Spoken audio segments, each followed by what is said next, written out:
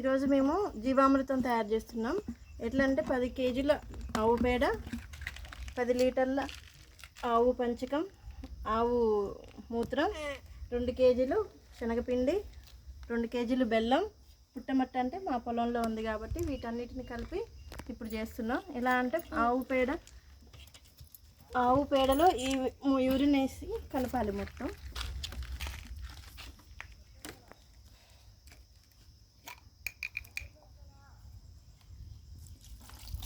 Urine ఈ ఆవు ఇది మూత్రం అయినా వేసుకోవచ్చు, లేకపోతే వాటర్ అయినా వేసుకోవచ్చు. కాకపోతే మేము ఎందుకని